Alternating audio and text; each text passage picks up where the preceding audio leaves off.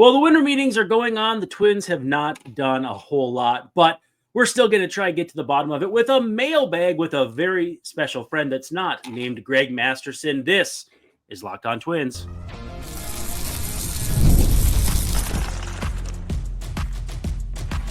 You are Locked On Twins, your daily Minnesota Twins podcast. Part of the Locked On Podcast Network, your team every day.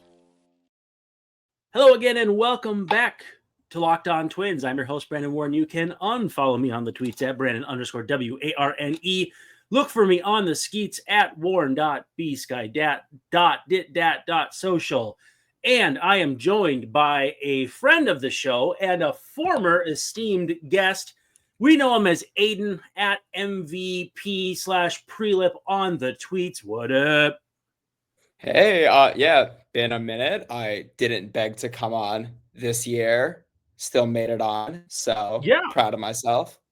Yeah, and no Dave Brown, still off for another week, but we have done a nice job filling in for him with Greg Masterson, Aidan here, and I'm still kind of putting out feelers to talk to some Guardians friends from Locked On Guardians.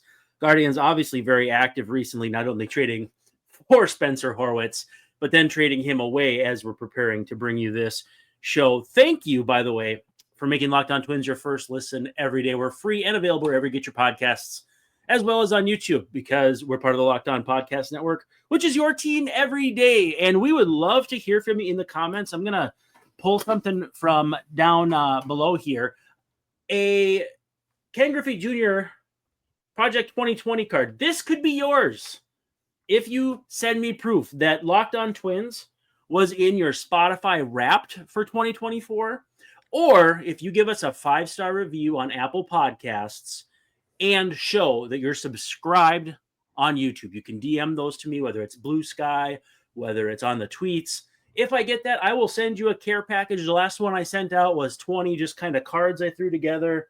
Some Topps Finest from back in the day. I say back in the day, it's 2022. That's not that long ago. But I want to give you a care package, and it's the perfect time of year for that kind of thing. All you got to do, give us some love. And be active in the comments. This episode, by the way, is brought to you by FanDuel. You can start the season with a big return on FanDuel. New customers can place a $5 bet, and you'll get started with $150 in bonus bets if that first $5 bet hits. Visit FanDuel.com to get started. First of all, Aidan, I did mention you're on the tweets. How have you liked being on Blue Sky? Because I know there's a stigma to it from some corners of Twitter where it's like, oh, it's an echo chamber, which is hysterical. But I have had plenty of success and probably more interaction with 3,000 followers there than I had at any point now with my new Twitter account with 4,200. It's been a much more, I wouldn't say sterile, but like calming, cool vibe. Like 10 years ago Twitter, which for you may not be a thing because you're younger than I am, but I've been pleased with the interface so far. Yeah, so I'm on Blue Sky. It's mvprelip.bsky or whatever. I don't think I use it all that often yet.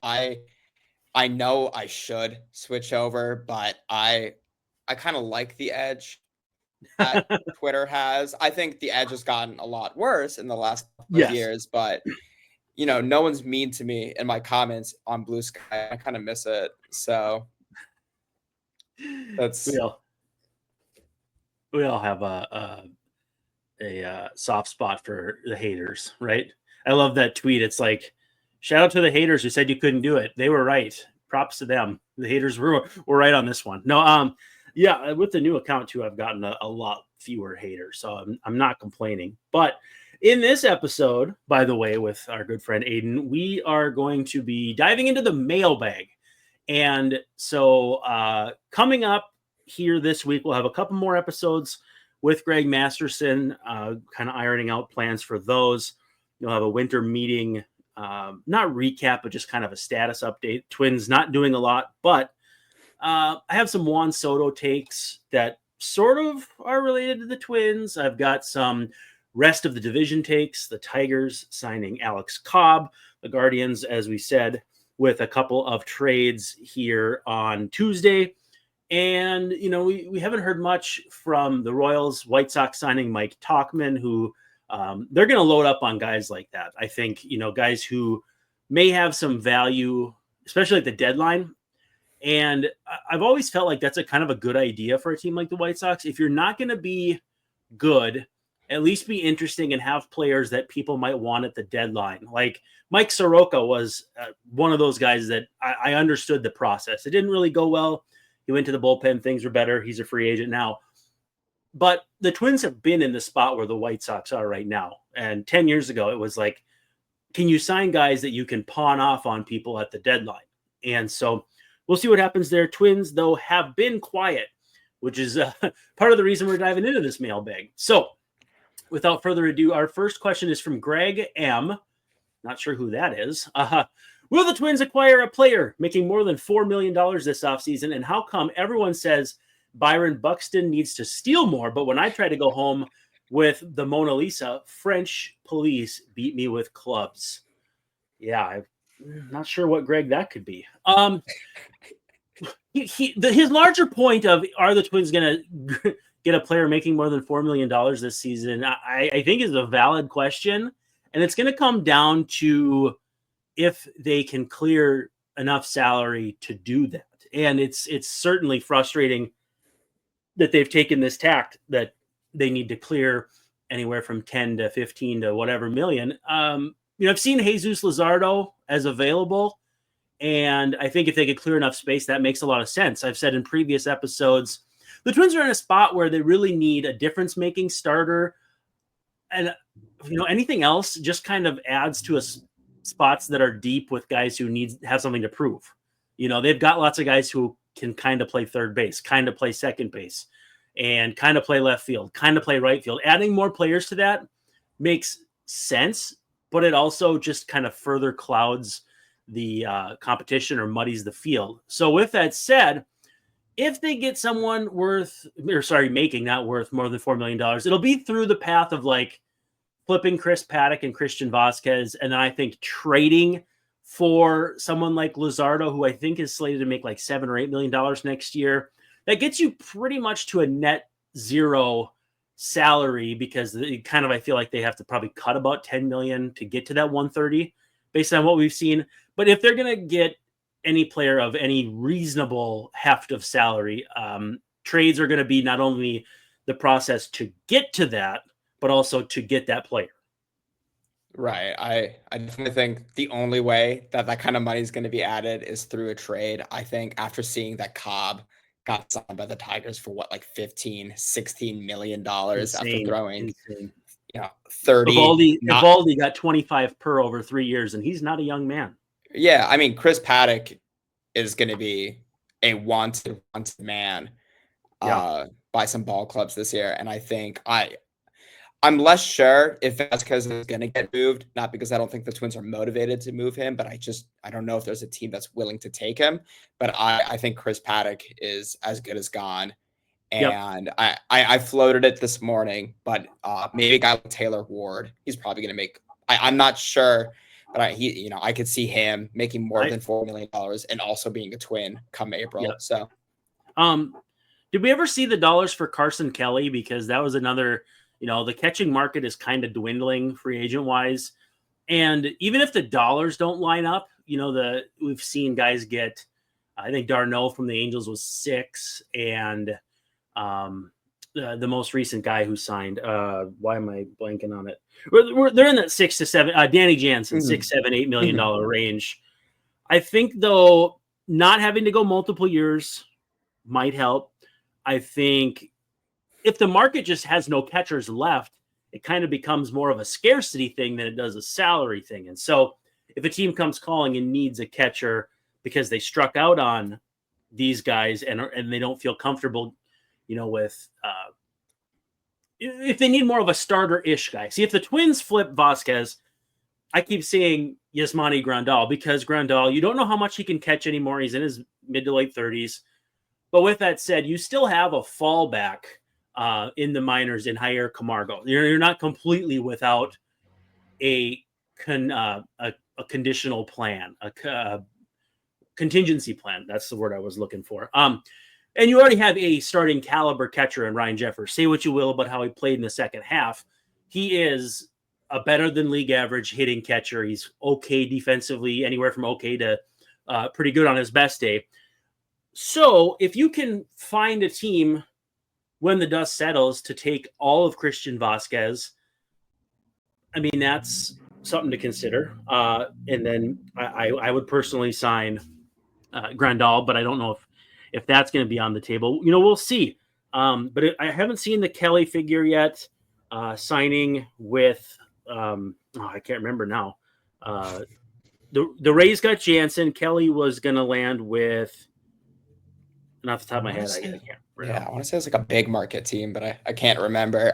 Yeah. My one thing with the catchers is the Twins, they go every other day pretty much religiously with their catchers. And I think if it ends up being Jeffers and Camargo, I wonder how they're going to be handled that, because this Twins just never seemed very confident in Camargo as somebody they could go to as a catcher. He was on the roster for so many days and maybe got a plate appearance, and I don't think he's ever caught one major league pitch. Okay, yeah.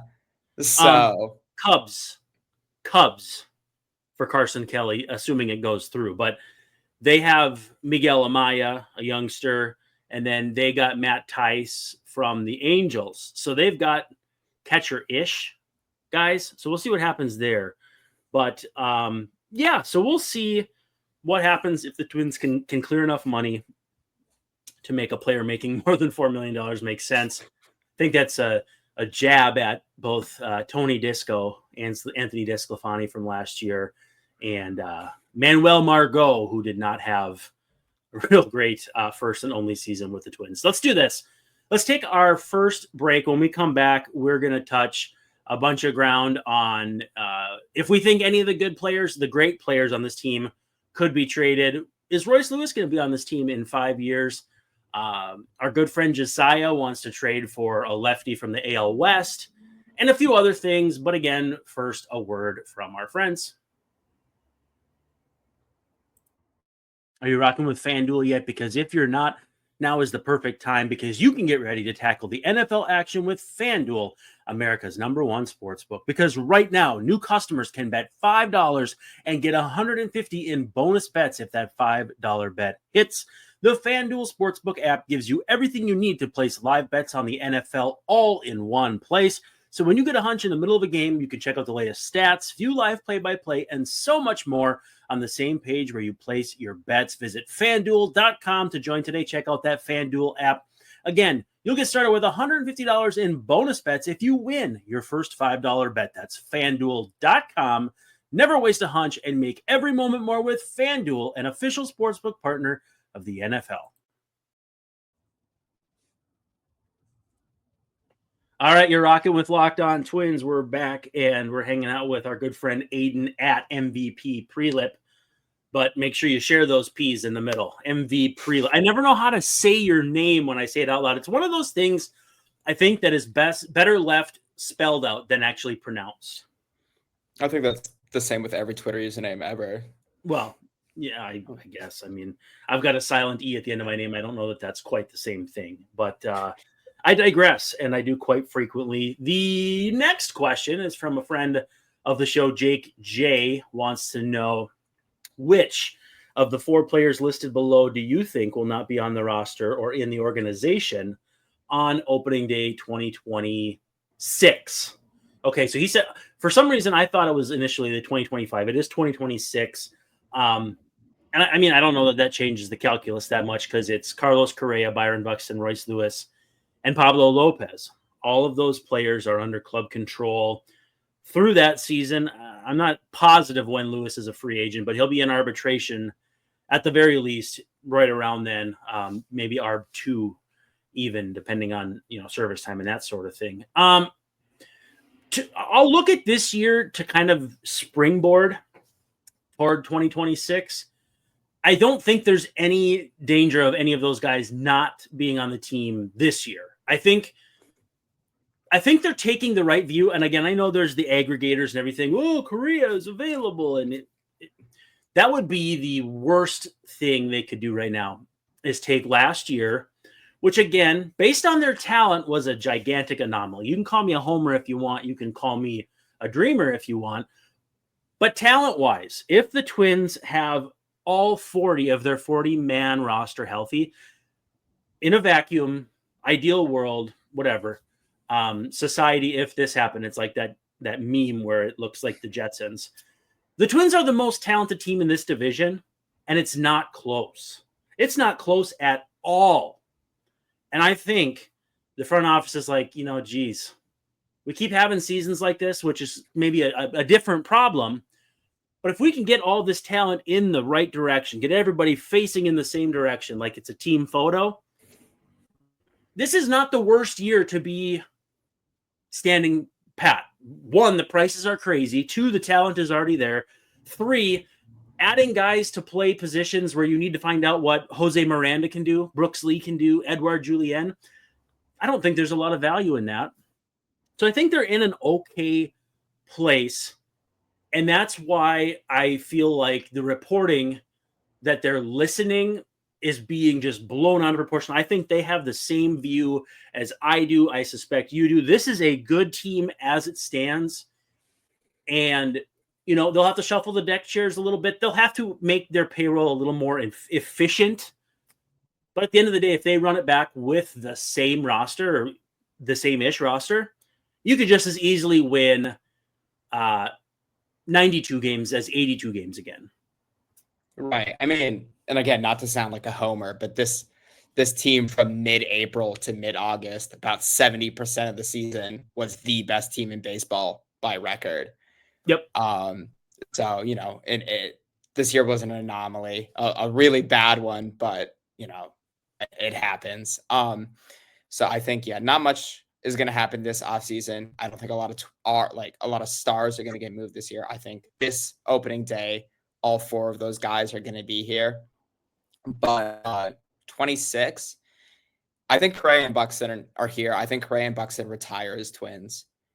Yep. Royce Lewis, Pablo Lopez, I can go either way on those. I think Pablo Lopez might get moved because, like you said, being efficient with payroll, he's going to get a massive raise, I think, at that point.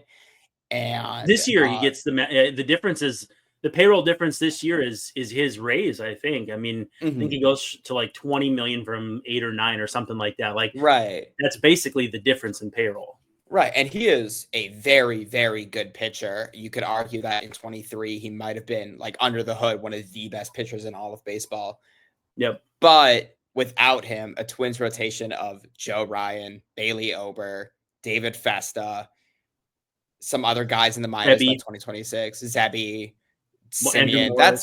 Andrew, that's not a bad rotation. I think it's even as it stands now, like my contention is, if you were to make the case for the Twins adding one player at one position, it's a starter, but it has to be someone who would start a playoff game for you. It has to be the Sonny Gray from last 2022 or 2023. Sorry.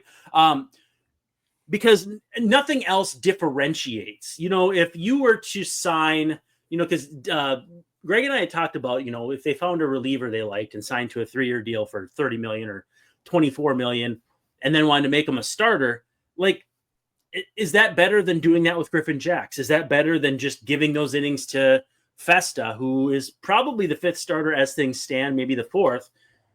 But, like, at the same time, the Braves didn't really have a real need for Reynaldo Lopez, and they ended up getting tremendous production from him in like 26 starts. So if you said hypothetically you get one move for the 2025 Twins, it's a starting pitcher. But at the same time, Lopez, Ober, Ryan is one of the best top 3 you could ask for. If you add another starter and then SWR or Festa is your 5th, that's the best rotation in the division.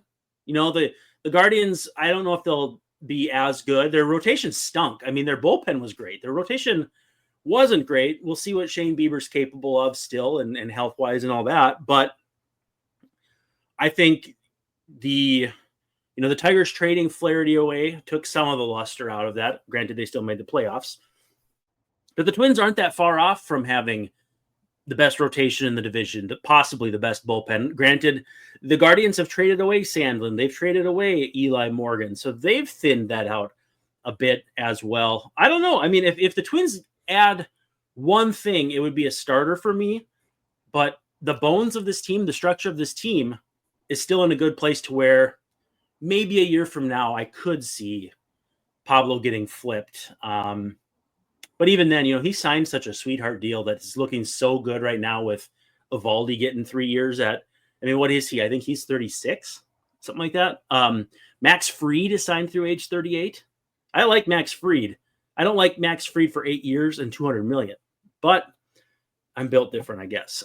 Let's roll into this next question because it's very similar, and it's from our good friend Wyatt wanting to know, do you see Royce Lewis on the Twins in 5 years? And it's tough. 5 years is an eternity in baseball. 5 years ago was the Bomba squad. You know who's still on the team from then? Byron Buxton. Let's see. Not Max Kepler. Not Jorge Polanco. Not Mitch Garver. It's Buxton, and that's about it, isn't it? Did Jeffers was the 2020 playoff catcher. I think he was a 2019 draft pick, wasn't he? So, yeah, he might have been. I remember seeing him at 2020 Twins Fest, and he was still a prospect because it was him and Rooker sitting at the table together playing cards or something. And so it sticks in my mind for some reason. And yeah, so 5 years is an eternity. But with that said, assuming that he didn't burn any bridges with the whole, the struggles at the end of the season fall on the cheap guys comment. And I think that was just look, why would you not be frustrated with how this season ended? You're going to say things you don't mean. And you know what? Dudes say that kind of stuff. Dudes can also wrestle each other and then be cool, slapping each other's backs 10 minutes later. So, it's not anything I'm too worried about. I still think he's, great dude, great clubhouse guy, and they're going to value that. 5 years from now, you're getting right towards his free agent eligibility, though. 5 years from now, you'd probably be 1 year into it. So who knows? The toughest thing to tell right now is if you tried to extend him, he's seeing all these big money deals, but he's also not staying healthy. There's no way you can really agree on a value. I think my answer is 65% no, he's not still on the Twins in 5 years. I think, yeah, I agree. I've been very vocally making fun of Royce all offseason, and that's to say, he's still probably the third most important hitter on the team right now, if not the most important hitter on the team right now. But again, 5 years from now, he's a free agent. He's a Boris client. I heard his comments after Bobby Witt got signed. It's that massive deal. He wants $300 million, but I don't even think he's played 100 games yet. Maybe combined. So it's one of those things where I'm not sure.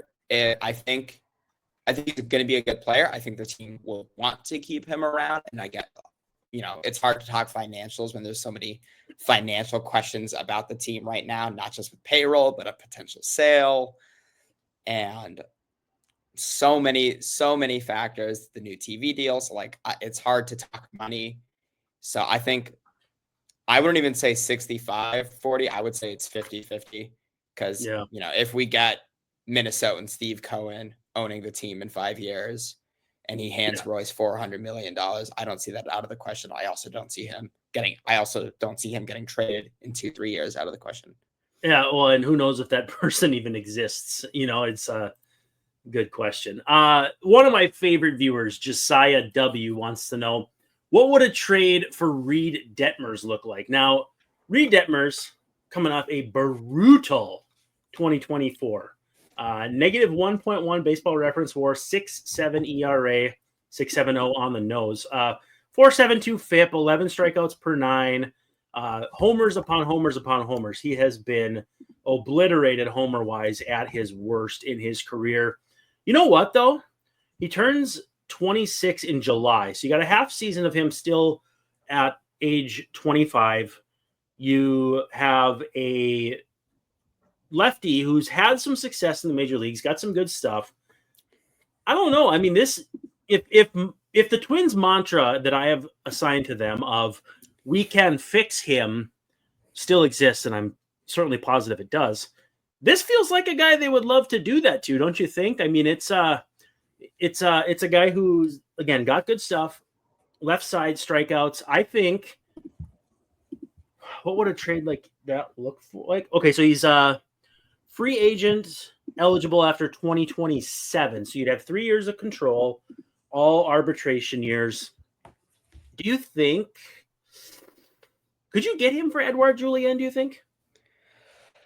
I mean, probably. I think I came on here last year and I said Edouard Julien is almost untouchable, and then he had the season he had. So, Yeah. but I think Reed Detmers is one of those guys where he's never had an above average year in terms of like expected ERA, but he also strikes guys out at an almost 30% clip, and that's the rate he had in the worst season of his career. Right. So, definitely one of those guys that the Twins would love to get their hands on, I think. So yeah, Edouard Julien, maybe even like an overpay, but like Casey Culpepper, 2 cheap A-ball guys. I don't think it would take a lot. But also any cost-controlled starting pitcher right now has an elevated cost. So yeah, there's a control tax. I mean, I think if you don't want to pay though what Luzardo is going to cost, Detmers is a pretty good secondary option. I mean, the issues with Luzardo, he's coming off a big injury, so you've got some risk there. He's not cheap in arbitration. Like, there's not a lot of control left. He's burning a hole through the Marlins' pocket by sheerly existing in his present form, but they do still have some leverage. It's not like you could trade Edouard Julien and get him, I don't think. Now, Julien has at least, he must have 4 years of club control. It might even be 5. So that is attractive, but also, like, he didn't do anything against off speed or breaking pitches. Like, he hit fastballs okay last year and then was a mess against everything else. How do other teams view that? I'm honestly not sure, but if you want to trade a mess for a mess, I'd be willing to go Julien and some further back prospects. I think you said CJ Culpepper, right? The pitcher. Oh, I was thinking like Kalen Culpepper. Oh, okay. But that might be a bit too much. Yeah, I mean, that's probably high for me. Unless I wouldn't mind doing a package deal and getting Taylor Ward in the deal too. In which case, yeah, Detmers and Ward for Julien, Kalen Culpepper, and I don't know, maybe go down to like 12 to 15 and find a prospect that the Angels really like. Their farm is so bad. To this day, I still believe it's pretty bad where you could trade them your 12th or 13th prospect and it'd be a top 5 for them, possibly. I'd be interested in something like that. Taylor Ward scratches a lot of the itches the Twins have. He can hit right-handed, play some corners. 1 year, not crazy money. They'd have to figure out how to navigate that. But yeah, I wouldn't be opposed to something like that. I think that might be the framework of something that could work. That's what I love about Josiah. He is passionate, but also like he has very specific things he wants to accomplish with his trades and everything. Yeah. I don't know. With Reed Detmers, I think that was somebody I was thinking about like last offseason when I realized like that big trade wasn't coming. Yep. But yeah, he had a dreadful 24. A lot of the Twins guys that they could move didn't have great 2024s. Brooks Lee was Julian was a mess. He's the one I think is like rookie struggle, man. I mean, Jose Barrios was a disaster. Even Roy Halladay back in the day was a disaster. Some guys got it, some guys don't after a struggle like that. I'm not worried about Brooks Lee. I am worried about Edouard Julien. Doesn't have a defensive home. Gosh, he can really hit and he can get on base. But guys like that either have a bunch of value early or like no value late, and there's very little in between. And so if someone like the Angels, who I think could be a good fit for Julian, I don't know. I mean, it's something. They have too many guys in their infield. They're going to have to do something. Now, what does that something resemble? Is it trading Jose Miranda? I don't think I want to do that. But again, you can't just keep these guys around and have 8 guys who can kind of play. You got to figure out who you got. Right. There's on the infield, I don't think there's any guy that I'm supremely confident in outside Carlos Correa and Royce Lewis. I think Julian, I'm always gonna believe in, but they're, it's holding on to a prayer. Brooks Lee, I never saw him as much of like an offensive powerhouse. I advocated to trade him for a starter last year. Have you ever heard my comp for him? No, I don't think so. Jason Kipnis. I think he could be a good second baseman and a pretty good hitter. But if he's not a shortstop, like, I don't know, it's not a guy you can't trade. Right. I mean, we just saw a platinum glove winning second baseman get traded for something. So, Granted, he has $100 million guaranteed, but no, I get what you're saying. Like, it's tough because if you hold on to guys, there were opportunities to trade, I'm sure, Alex Kirilloff and Trevor Larnach back in the day. There were opportunities to trade Fernando Romero back in the day, one of the more exciting pitching prospects they had 7, 8, 9, 10 years ago. Trade your prospects because, hey, the book is more or less closed on the Francisco Lindor trade.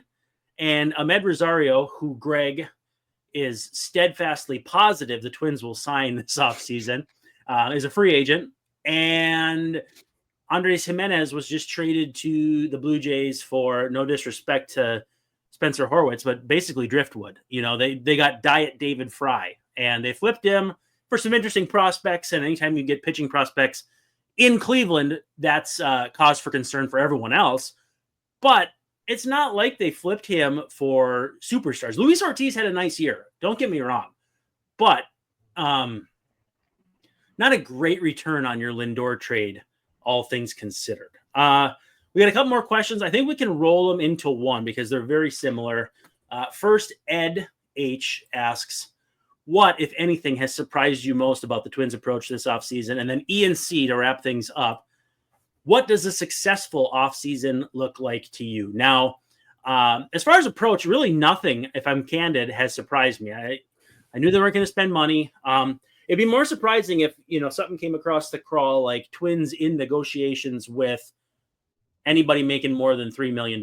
Even if it's like, who's the guy that we all wanted him to sign? He signed real late in spring.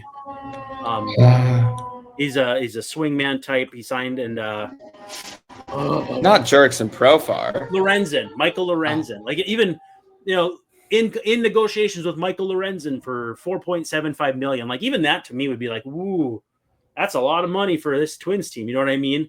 Now with that said, like a successful offseason to me is you shuffle the deck chairs, you get rid of some of your extra, like trim some of the fat on the payroll, not any disrespect to the guys who get traded, but based on how this team is structured, where they can fill in with young guys who are big league ready or big league adjacent, like the odds of you getting Chris Paddock production out of Zebby Matthews is enough to make a $7 million swap, right? Like you trade Paddock, you could probably get a pretty good prospect. I don't know if you could get like Gabriel Gonzalez a year ago, but you can get a pretty good prospect based on what we're seeing in the marketplace today.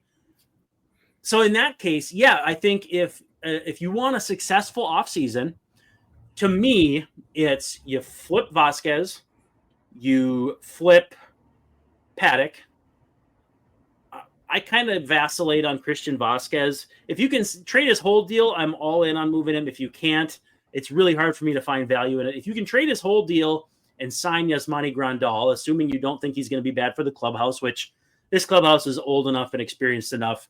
There's enough kids and old guys that it all could kind of work out. I'm not too worried about if he's a sourpuss because Dave suggests he might kind of be. Anyway, so if you could do that and than trade for a starter with multiple years of control.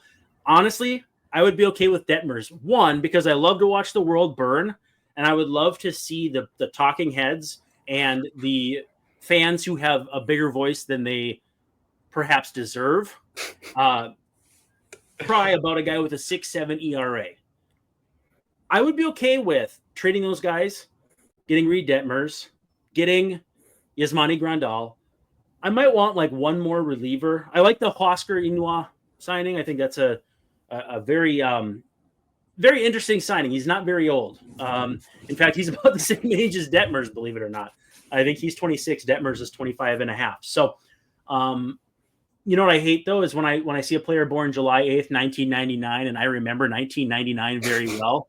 Like, my theory is that society peaked in 1999. I also know that you probably were not even born in 1999. 2003. I was a senior in high school from 03 and 04. Not 2 years, but I mean 03 fall, 04. I wasn't a super senior or anything like that. Yeah, so dealing with my own mortality, talking to a young man such as yourself. Yeah, I think a good offseason is it doesn't have to be flashy, and it probably wouldn't be anyway.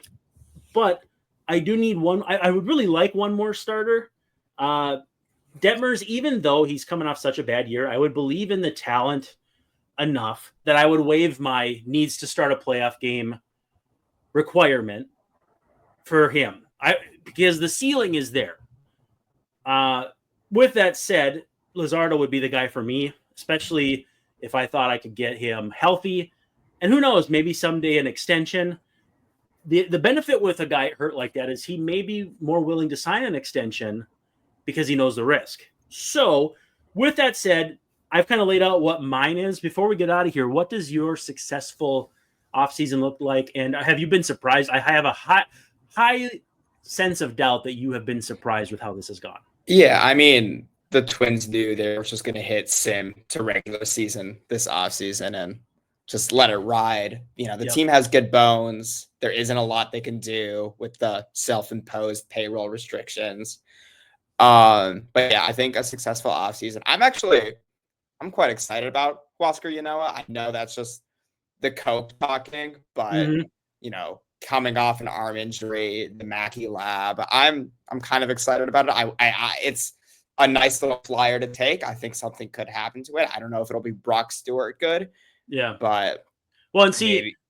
You're still young enough to drink the regular Cope. I got to do Cope Zero. You know, got to watch my figures. So Diet Cope or Cope Zero for me. But yeah, no, I get it. I think anytime I'm just always intrigued when they do the minor league guys who have at least a little bit of big league success for like a ton of strikeouts in the minors. It's like, all right, let's see what you got, Pete Mackey, because the lab is real. I mean, right. He's not a pitcher, but Willie Castro is a massive success.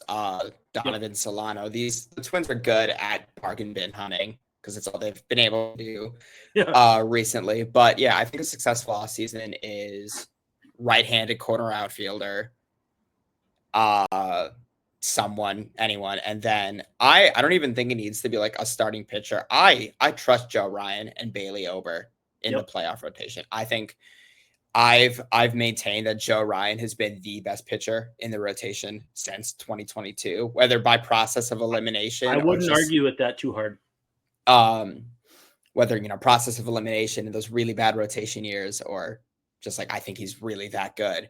And Bailey Ober, but you know, like someone who is alive and can throw 80 to 90 pitches every 5 days. Perfect. Sounds good.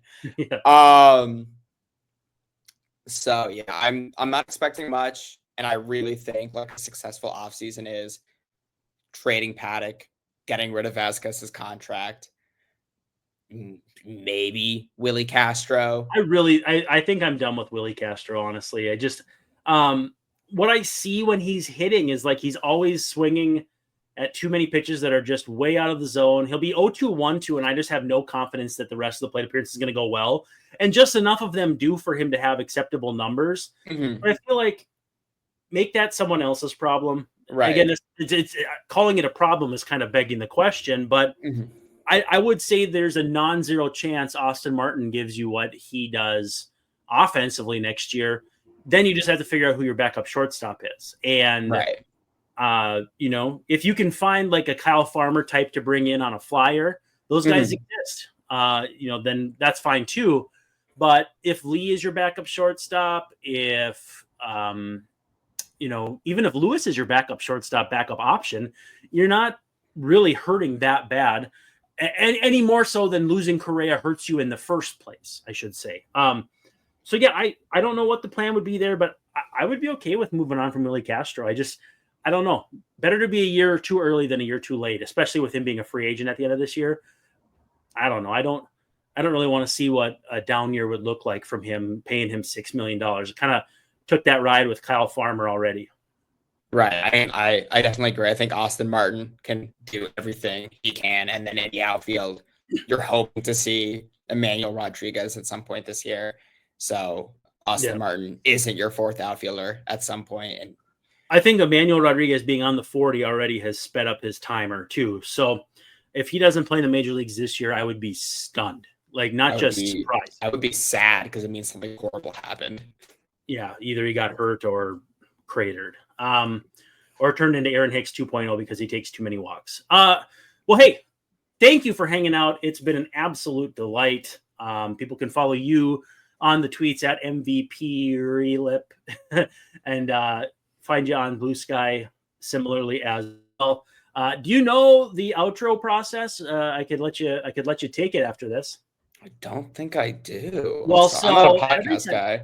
It's we'll see you tomorrow night. So for Mr. Aidan, this is Brandon Warren signing off, saying so long, and we'll see ya tomorrow night. Tomorrow night. There we go. Nicely done, my boy. Right. Thank you. You got it.